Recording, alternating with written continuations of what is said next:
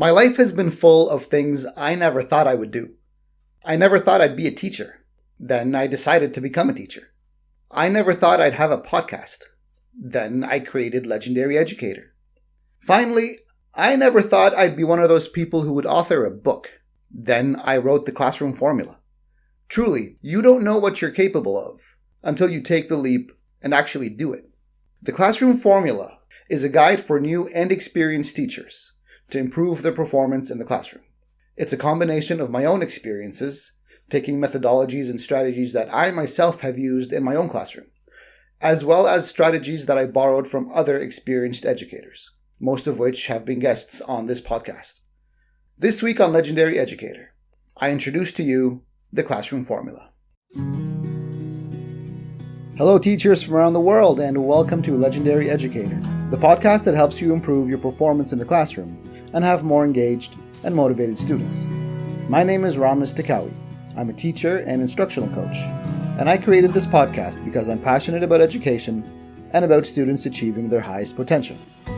Before we begin, please take a moment to subscribe to the podcast so you won't miss any future episodes as they drop. I was a high school teacher for over a decade and an instructional coach for the latter 4 years, until the global pandemic forced schools around the world to shut their doors indefinitely in 2020. It was then that I decided to temporarily pivot my career path and spend some time in the family business. In the meantime, I host the Legendary Educator podcast, dedicated to continuous professional development for teachers, where I have fascinating discussions with experienced educators about diverse topics meant to enhance classroom performance and elevate overall student learning outcomes. Reflecting on my journey, it is important to note that teaching was never part of my original plan, nor did it initially seem like a feasible option for me. The prospect of standing in front of a group of people filled me with profound terror. Nevertheless, with each passing day, I am grateful for my decision to embrace this path. With no formal training, no background in education, with ADHD and a stutter, I willingly stepped into my nightmare scenario and chose to stand in front of a group of young people. I had to figure it out without any theory, training, or practice. Through my experience, trial and error, research, and effective professional development sessions, and the humbling acknowledgement of numerous unsuccessful lessons, I gradually began to forge my path. Over time, I successfully deciphered the Classroom Formula. I honed the craft of conducting engaging sessions, fostering genuine learning experiences, and effecting positive transformation in students at risk of academic failure. My journey has been one of perseverance and discovery, and I'm compelled to share the insights assembled from this journey. This book represents the culmination of my experience, presenting a collection of tried and tested methodologies and strategies honed over years of practice. Furthermore, it incorporates invaluable insights from esteemed guests featured on my podcast, individuals I fondly refer to as legendary educators. No longer should educators endure the stress that precedes every lesson, the anxiety that creeps up as you enter a classroom, nor the dread that engulfs you as the bell rings to motion students to enter your classroom. By embracing and implementing the strategies outlined within these pages, educators can expect a noticeable improvement in the learning environment. Students will become more attentive, engaged, and focused, fostering a conducive atmosphere where learning flourishes. Let's embark together on this transformational journey toward an enriched educational experience.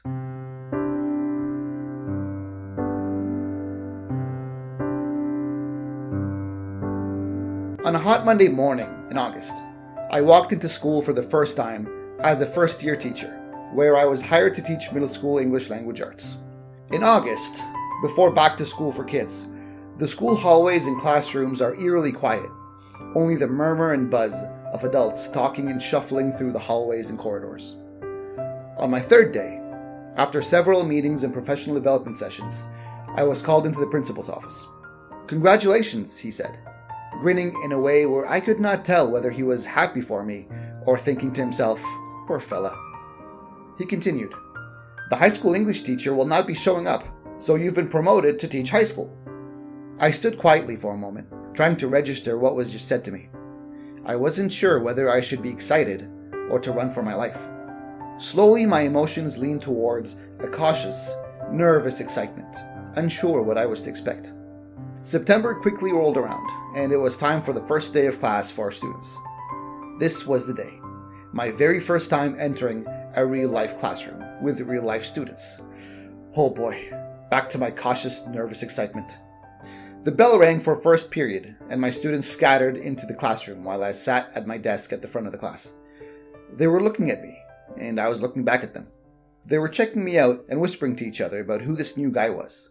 I could feel beads of sweat forming on my bald, freshly shaven head. The students took their time to find their seats. The class was noisy, with desks and chairs being dragged on the floor, and students conversing loudly. I gathered up my courage and finally stood up to start class. We were already 7 minutes into the session. The noise slowly died down, and eyes were starting to gaze in my direction. They were getting quiet, but only because they were curious to know who I was, and what kind of teacher I'd be. I introduced myself by saying my name. "Hello everyone, my name is Mr. Ramos," as my voice cracked.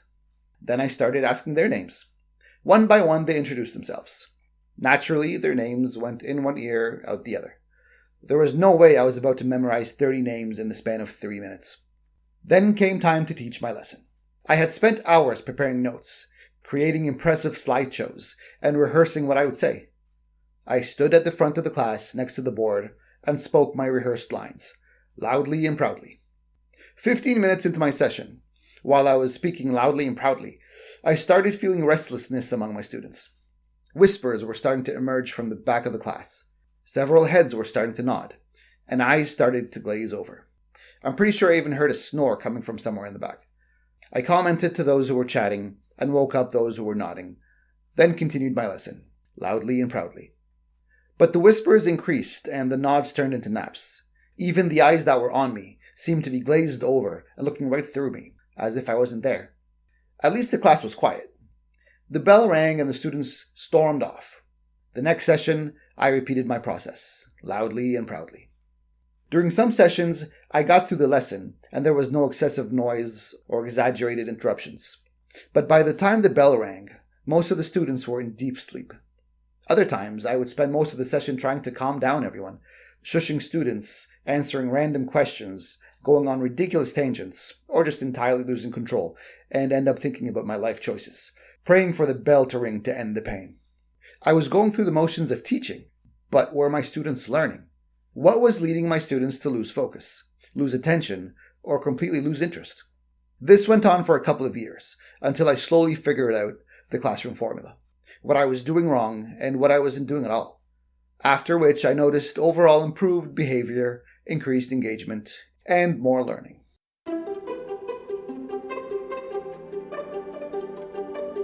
All right, Ramesh, thank you so much for being here. Hi, Melanie. I know that you've worked also very hard on your book. There it is. There it is. It's useful. I love It's that. actually in my hands. Yeah. Now, what was that like for you? Like, I mean, obviously you've had this journey. Tell us a little bit about your book and who this is for. Yeah, so the book, let me rewind for a second. So I was a teacher for 10 years in Egypt, actually. And then, COVID hit and I came back to Canada and I joined the family business, right? Except I really felt like a fish out of water. I've got a saying, you can take the teacher out of the classroom, but you can't take the classroom out of the teacher. And so even though our work is very much real estate, things like that, but I was still a teacher, right? It was still inside of me kind of thing. And that was getting to me. It was sort of affecting me on a deeper level, right? Because I'm a teacher, I want to teach. I have all this information and knowledge and experience. I want to do something with it.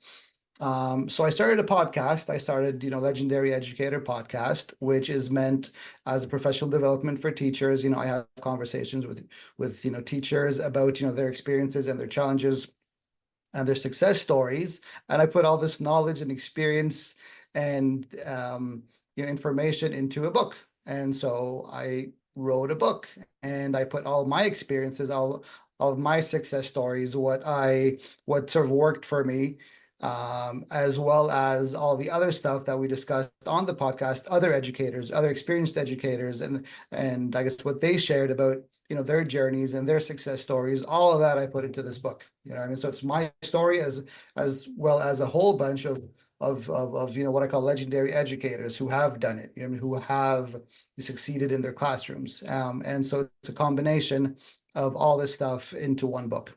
I love that. So this book is for educators, it's for administrators, right? Anybody in that school environment. I mean, let me stick to that. It's for educators, right? So first and foremost, obviously it's for teachers, right? But it's not necessarily only for teachers. It's for, corporate trainers. It is for Sunday school teachers. It is for coaches. It is for, homeschool parents, right? It's for anybody who stands in front of a group and instructs or teaches or coaches or mentors, right? And I think that's the struggle, is a lot of people struggle with, how do I lay out the curriculum? How do I present this in a way that the audience can receive it? And I love that about your book, because you have so many years of doing that as an educator, but like you said, it has a much broader purpose. So I love that. The other thing I think that's interesting is if you were to think about how much time and money you spent to learn this, think about that, right? Years of your own education, plus all the workshops and the books you've read and all the travels you've done and the podcasts. If you were to add up the amount of money you've spent to learn this knowledge, right? I mean, I would venture it would be in the six figures at least. Not just counting your formal education of going to school, but like the additional work that you've done to gain the knowledge, and then the investment into workshops and master classes and all the things you did to invest in yourself. And you have the ability to give that to somebody like that. Like, you guys have any idea how valuable this is? I mean, he's literally saving you a decade. You can save a decade, and within an hour and a half of reading this book, you've got an exact outline of what you need to do to be able to connect with your audience better, and be able to have that outline for the curriculum so that it's going to land in the right way. Exactly. Let me add one more thing. Not only you are paying for this, your students are also paying for this. If you have deficiencies in your classroom, if you're not doing what you're supposed to be doing to achieve a maximum, learning level, it's not only you who is, suffering in your practice, but you're responsible for a whole group of people who are,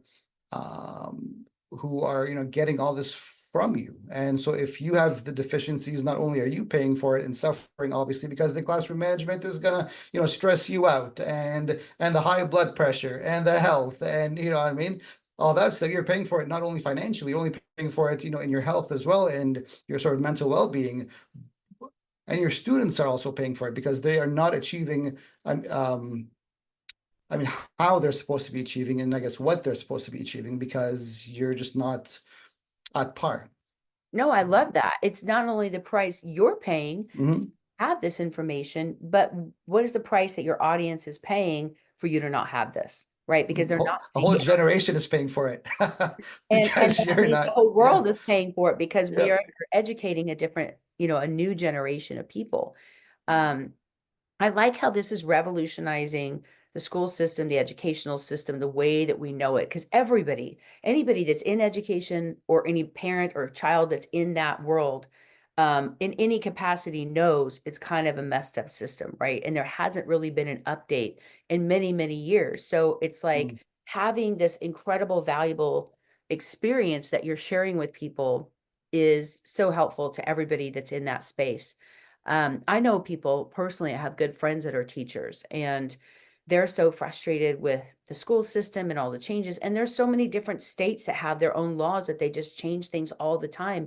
And the teachers just have to go with it, And so the key to being adaptable is also a very critical skill to have. And you break that down in the book as well. I mean, I'm stealing a line from a colleague of mine, Dr. Naomi Hall, who's actually also featured in this book. She says we can't change the whole education system. A teacher can't change the world, but we can control the controllable, right? So we can't change the curriculums, and we can't change the entire system. And what we can change is within our own classrooms. And that is very much controllable. That is very much within our hands. If we have the correct, mindset, and we have the correct approach, and we have the correct, systems and foundations in place that no one's going to create them for you, right? but you have to know how to create them in the first place. And so you can control the controllable, and the controllable is not the entire education system. It is within, your four walls, your own classroom. I love that. So, what has this journey been like for you? This has been a book that you have been baking for a while, like something you've been wanting to do. You have the podcast. You're already an expert in this space. How did you finally get around to getting your book done, and what was that process like for you? It feels, surreal. It's writing a book. I mean, it's gaining immortality, right? Your book, your name on the book, your soul and your heart in a book is gaining immortality. It's one of those things where you have this huge goal. It seems so unachievable. It's so far away, and then you start and you sort of hit this momentum, and then you send it and you publish it, and then you hold it in your hand. You know what I mean? I mean, this moment right now, to me, I would have never thought that I would have this in my hand talking to you a year ago. You know what I mean? It's very surreal to me. It's available. It has my name on it, and it will be available forevermore. Right. So that is a strange feeling that I can't put into words. It's so true. Our books become our legacy. They outlive us. I mean, I have Napoleon Hill, Think and Grow Rich. I have Dale Carnegie's books up here.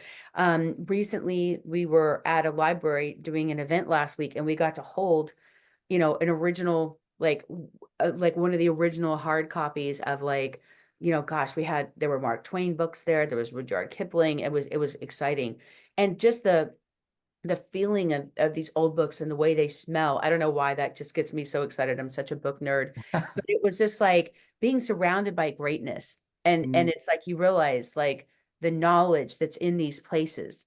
And it's such a treasure to have this knowledge. But you can have a ton of knowledge. Like, I was always saying librarians could be the richest people in the world because they have all this knowledge, but if they don't take action on it, then it doesn't benefit you as much. So most people, they'll read things, they'll absorb stuff, but then they don't do anything about what they learned.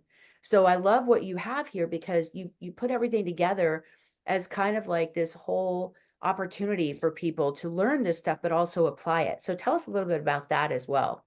It's a challenge. It's a challenge because you have to figure it out every single year, especially if you're new. It is, right now, if you need, personal coach in your hands, this is the book for you. If you need, insights about what you're doing wrong, what you're doing right, and the goals that you want to achieve, this book is for you. If you want, I guess, how to create a foundation in your classroom for the rest of the year that's going to work for you, I mean, this book is basically what it's about, right? It's creating the foundation, it's creating the atmosphere and the environment, and the routines and the culture of your classroom. That is, chapter one is how to create the culture of your classroom. How do people find you if they want to follow you and order bulk copies or follow your podcast? What's the best step for them to keep in touch? Yeah, so the official, I guess, website is theclassroomformula.com, which is theclassroomformula.com, as well as social media at The Classroom Formula. And for the podcast, it is legendaryeducator.com or at legendaryeducator. And so reach out and get in touch. I love it. Thank you so much, Ramez, for being here today. And, I'm just so impressed with all you've done and your heart and how much you give back to people and to your community and to the world. And we need more leaders like you. And Ramez, is there anything else you want to share before we wrap up today with just your journey in general? I'm not doing this for the rich and the glory and the fame. I'm doing this because I do want to help. I mean, I do want to help teachers. I can't change the education system, but I can reach individual teachers who can improve their own performance in their own classrooms for their own students, right? Teachers have students every single year. And so when you do the math, it's thousands. If the one teacher is going to teach thousands of students literally in their lifetime. And so reaching one teacher is reaching a lot of students. And so again, we can't change the world, but we can control the controllable. A teacher can improve their teaching in the classroom. This really is a book that is so necessary for students, for parents, for teachers, for faculty, for administration. Your book is out. It's an international best-selling book already. So tell us a little bit about your defining moment in your life. All right, so my book is not exactly about my defining moment, but my defining moment is what led me to the book. It was about 2 decades ago. And a lot of people always told me, you should become a teacher. I mean, for whatever, they saw in me, right? I'm good with kids, or I'm patient, and my excuse was always, oh no, I've got a potty mouth. I can't be in a classroom full of kids, or I'm less mature than the kids. The kids will be more mature than me, right? I can't be a teacher. But the real reason I wouldn't be a teacher was because of my stutter. Um, I've had a stutter for as long as I can remember.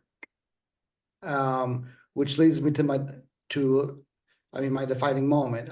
So instead of teaching, I went into a career in HR because I knew I couldn't sit on a desk for a long time, and I also knew I needed to, deal with people. I'm a people person. I need to deal with. I need to talk to people all the time. Customer service was my thing, but I want to do customer service for the rest of my life, right? So what else can I do? I'll go into HR. And then I got a job at a staffing agency. And little did I know that a staffing agency is 99% you have to make, cold calls.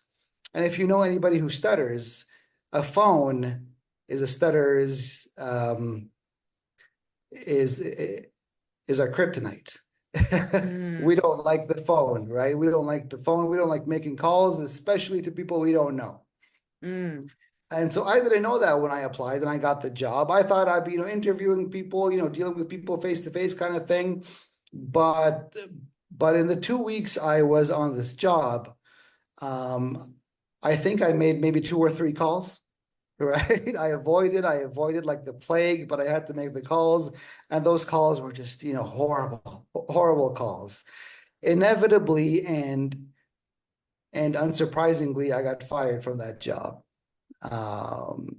And I left the office and I got on the bus, and on my way home,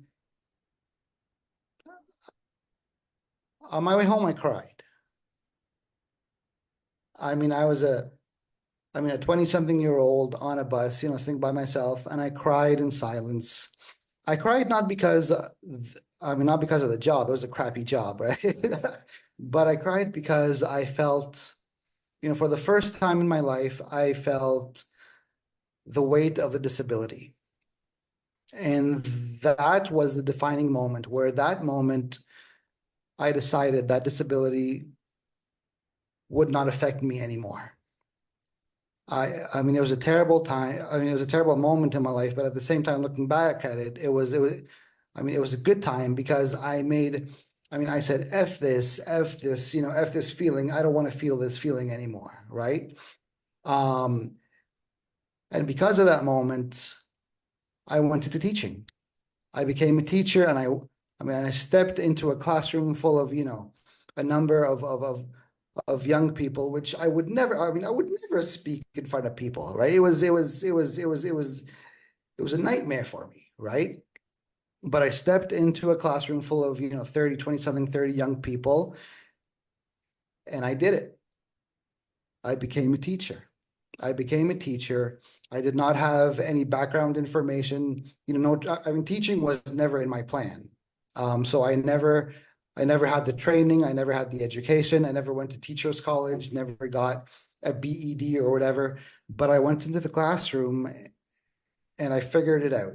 I figured it out from scratch. I figured it out, a lot of trial and error, a lot of research, a lot of reading, a lot of, professional development, and I figured out what I call the classroom formula, which is what I called my book, The Classroom Formula.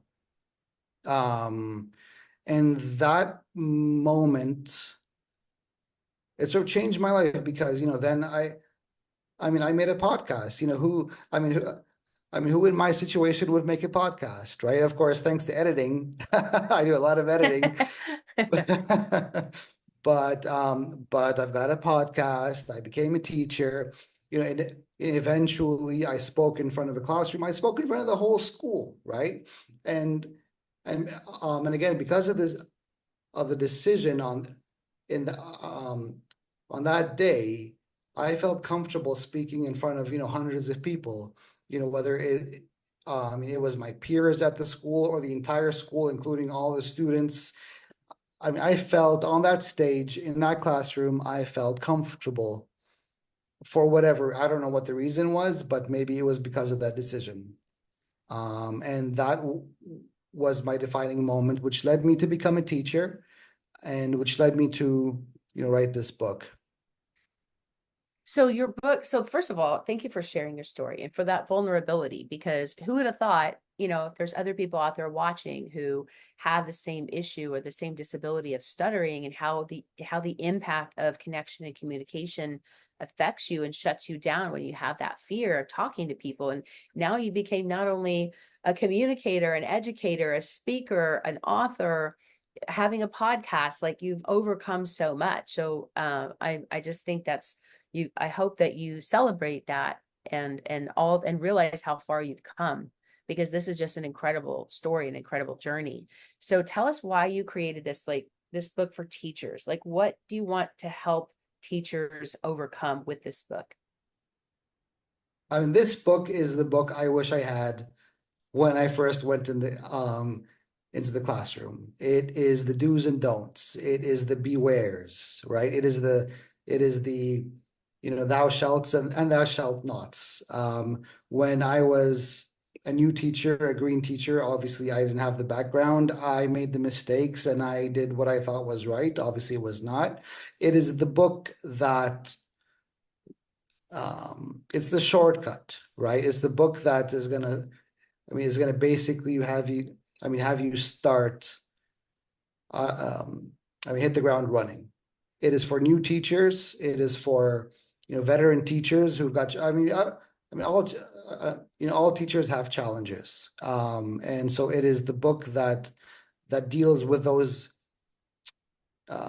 festering challenges of classroom management and motivation and engagement, which every teacher, speak to any teacher, is those things that are often at the top of their list of challenges, right? It's the classroom management, it's the behavior, it's the motivation. I don't know how to get my students engaged. Well, that is what I talk about. I don't know how to motivate my students. That's what I talk about. I don't know how to get my students, well behaved in class. That's what I talk about. Right. I can't wait to give this book to all of my son's teachers. He's in high school, and nothing against his teacher, but he had this one teacher that was a coach that was teaching math, and he had all A's and he had an F in math both semesters. And then he goes to summer school with a different teacher and he gets a straight A. He gets 104 on his test. And the teacher's like, I don't even know why you're here. You're a great student. You obviously know this. So it's all about the process. And it could be the same student that has a completely different experience with a teacher. And I will tell you the other thing, my other son, his older brother, is driving crazy, is he would get a test back and it would have all these red marks if these are the wrong answers, but they wouldn't correct it and put the right answer. And it drove him crazy because he goes, I want to know the right answer. And the teachers would say, we don't have time to go correct it. I said, why don't you create a key for the teacher's aide to correct it? Because the whole point of teaching these kids is they want to know the answers. And if you're not teaching them the correct answers, they're not learning anything. So it's little logistical things like that are really hard unless you've been in the student section, or you've been in that as a student, or you've been a teacher. It's hard to know. The other thing is, I have a really good friend that one of my best friends since we were 11 years old, many years. She's a teacher, and she literally called me and said, I'm getting out of being, I'm so burnt out. I can't do this anymore. I'm going to go get a job. So many teachers are saying that now. Yeah. And you know what she said? I'm going to go get a job at a chemical plant. And I said, no, you're not. Please tell me you're not going to do that out of desperation just to get out of this industry. And she's one of the most gifted teachers I've ever seen. Her heart is so big for these students. And it's just like the system is so broken for the students, for the teachers. And it's too bad because everybody gets hurt. The intentions are good, but there's just so many people that slip through the cracks on both sides. So this really is a book that is so necessary for students, for parents, for teachers, for faculty, for administration, on the Not only corporate. that, Melanie, it is a book for anybody, I mean, who sort of has a position as a teacher, as an instructor. It could be for teachers, obviously. It could be for Sunday school teachers. You know what I mean? It could be Yeah. for corporate, corporate trainers. It could be for coaches. It could be for anybody who stands in front of a group of people with a syllabus or a curriculum. It's not only for children. And I made it sort of, I made a point not to, sort of not to have it for a specific age group or a specific, academic, academic program, even a subject. It's for anybody who stands in front of people and teaches or instructs or coaches. So it's not only for teachers. They're primarily for teachers, but it's not only for teachers. Yeah. I love that. And it reminds me too, when I was going through and becoming a coach after I wrote my first book, and I was like, didn't realize the power of writing a book and how people would see me as an authority. I wasn't prepared for that. And I lost a lot of opportunity. I had written a book about grief. I had parents calling me that were in such grief mode, like they were literally suicidal. And I was terrified I was going to say the wrong thing. And I remember going back to my mentor at the time, Tony Robbins, and he kind of taught me some of these skills and tools to help me get through it. And it was so helpful that I became a coach, right, to help people walk through it. And it's the same thing. How do you connect with people that are shut down? How do you make sure that the people that are going through this process, like you can't force feed people and force them to learn something. But it was a real eye opener when you start trying to teach people. And he said something to me I'll never forget. He said, stop seeing yourself as a teacher who's just giving out information and start seeing yourself as a healer who's offering transformation. And it just shifted for me like instantly. And I went, oh my gosh, I could receive that. And it was such a huge sacred responsibility where I realized I had these people in the palm of my hand to be able to help them with their own transformation, no matter what kind of teacher, instructor, coach, mentor, like you said, your curriculum. But if you get to this passive thing, like I'm the teacher, I'm just giving them stuff and they're just absorbing it and processing it, it really takes away that whole human soul element of it and the transformation you're offering people. So exactly. And I love what you're saying. And I wish I can go through everything I say in the book. Yeah. No, that's why they need to buy the book. Exactly. So, I mean, it's not about the teacher standing in front of a classroom and just, vomiting information at the students, because that's not how it works anymore, right? And like what you said before, if you, and again, I say this in the book, if you walk, in a hallway at a school, you're going to see, a classroom on the right that is, that's well behaved, a classroom on the left that's on task, a classroom in front of you that is all over the place. It's the same students, and you realize that the behavior or the dynamics of the classroom is not in the hands of the students. It's in the hands of the teacher, how they conduct the classroom. That's what I talk about. Great job. Thank you so much for being here. Is there anything else that you want to share with our audience today before we wrap up? Yeah, just as a final note, obviously I didn't write this book for the fame and the glory. I told you this before. If this book reaches one or two teachers who then is affected and improves their teaching for hundreds and thousands of their students, along the years, then I'm a happy guy. I've done my job, right? Hopefully the more teachers you sort of see this book, the more students are affected by it, right? It's always trickle down, right? The students are always our priority. The students are always our focus. It's not the teachers, not the schools, not the administration. At the end of the day, a teacher's focus is the students. And so, if a teacher reads this and they learn one or two things and they are more effective in the classroom, they are more engaging, inspiring in the classroom. That's our show for today.